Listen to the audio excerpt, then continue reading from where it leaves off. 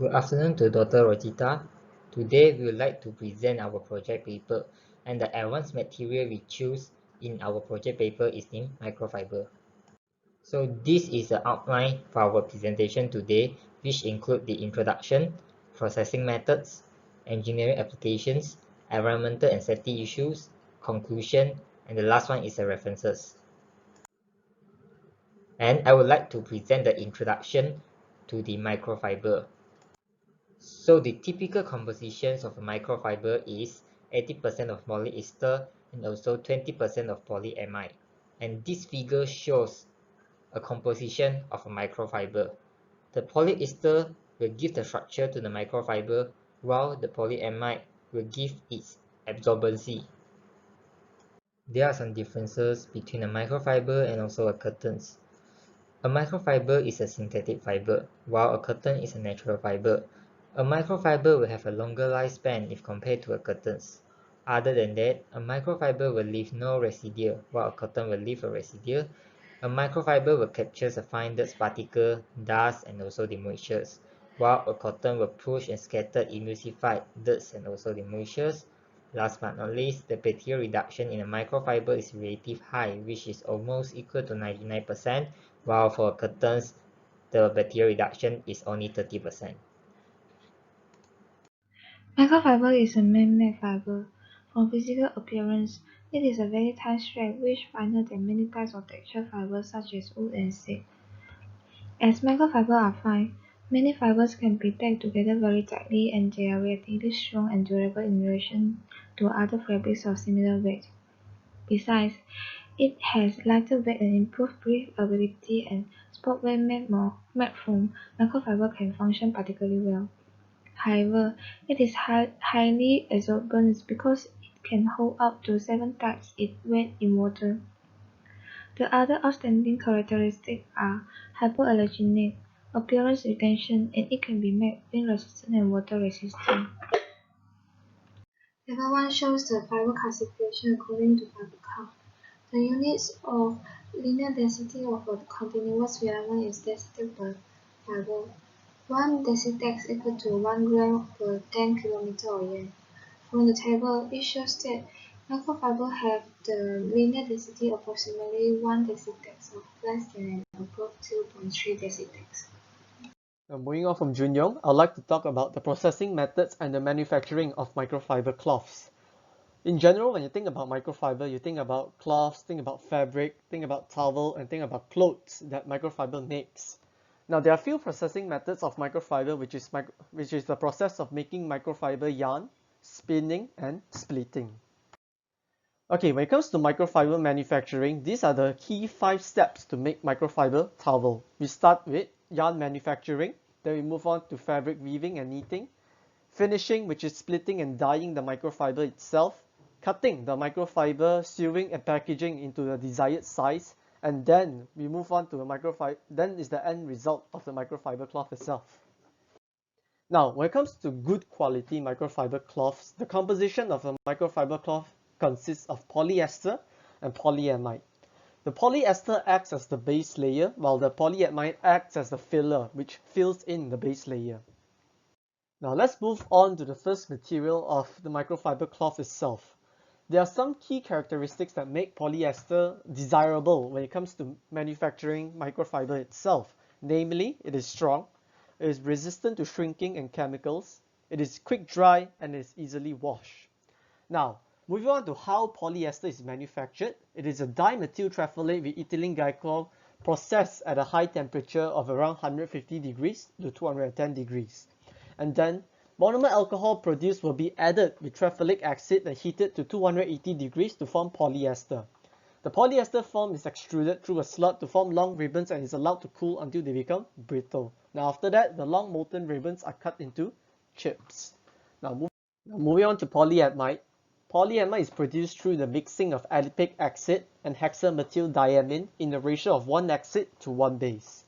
Now, it is then polymerized to form hexamethylene diammonium acetate, commonly known as nylon salt. Nylon salt is dried and heated under vacuum to eliminate water and the formation of amide bonds and molten polyamide. Now, there are some key characteristics that make polyamide exceptionally desired in the microfiber industry itself. It is that it is exceptionally strong, it is elastic, it is lustrous, it is easy to wash, it can be pre-colored to any desired color that you want, and it promotes long-lasting fabric along with the combination of polyester.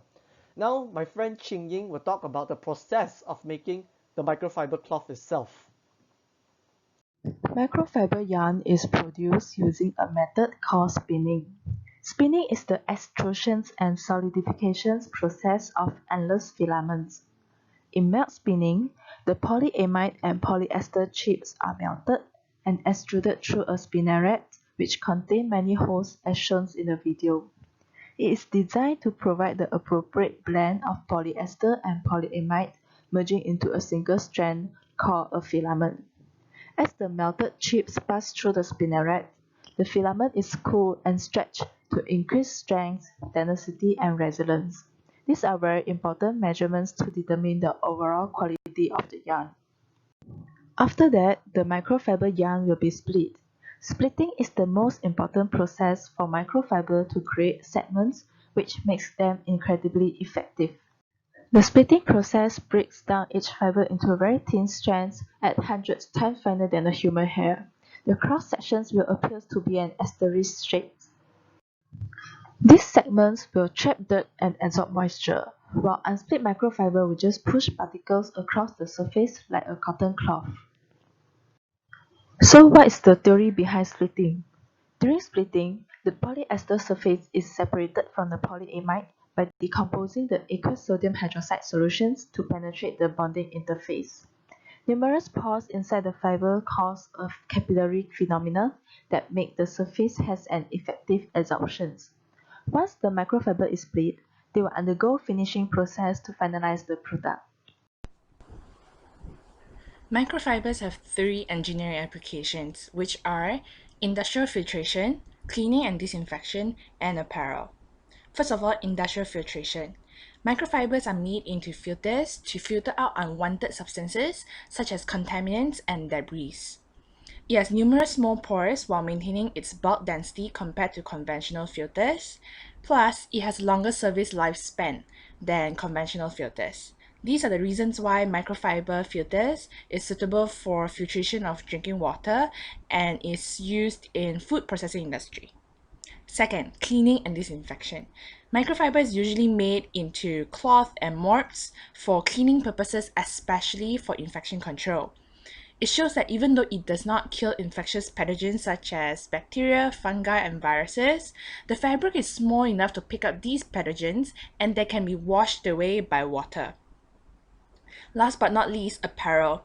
The main reason why microfiber fabric is very welcomed in apparel industry is because it's very lightweight, durable, and is very breathable. Microfiber has a moisture wicking feature that most sport persons desire in sportswear because sweat is absorbed and sent out of the fabric surface instead of being left on the skin, which causes discomfort. Plus, it is synthetic fabric, meaning that it has a better durability than cotton. It will not be out of shape even after multiple washing machine washes, and this will contribute to sustainability of clothing. So next, we are going to look at the environmental and safety issues of using microfiber. The first issue is water and air pollution. There are two types of microplastic, primary and secondary microplastic. According to a report from IUCN, these contribute up to 35% of plastic fibers polluting our marines through direct discharge into the rivers, lakes, and oceans. They are normally less than 5 mm in size, which are not visible to our naked eyes. Besides, wearing microfiber synthetic clothes will release plastic particles into the atmosphere, which results in air pollution. The next issue is health hazard. A research shows that the air we breathe in consists of around 19% of microplastic, and the indoor air has even more plastic compared to outdoor air. These particles are biopersistent in nature, means that our body itself cannot get rid of it. In long terms, this will trigger various health problems such as cardiovascular and cerebrovascular diseases. Children are more vulnerable than adults because they breathe in more frequently and most of the time they normally play on the floor where plastic fibers settle. In conclusion, microfibers are way better than traditional fabrics due to its superior features such as safer, lighter, durable, and strong cleaning ability. However, we should never forget the negative impacts of using microfiber despite all the benefits we are taking advantage of. Necessary prevention actions should be practiced to minimize microfiber pollution for a better future. Thank you. Now, thank you, Wei Xiang, for concluding our entire presentation. These are the references that we have referred to during the production of this report itself. Thank you.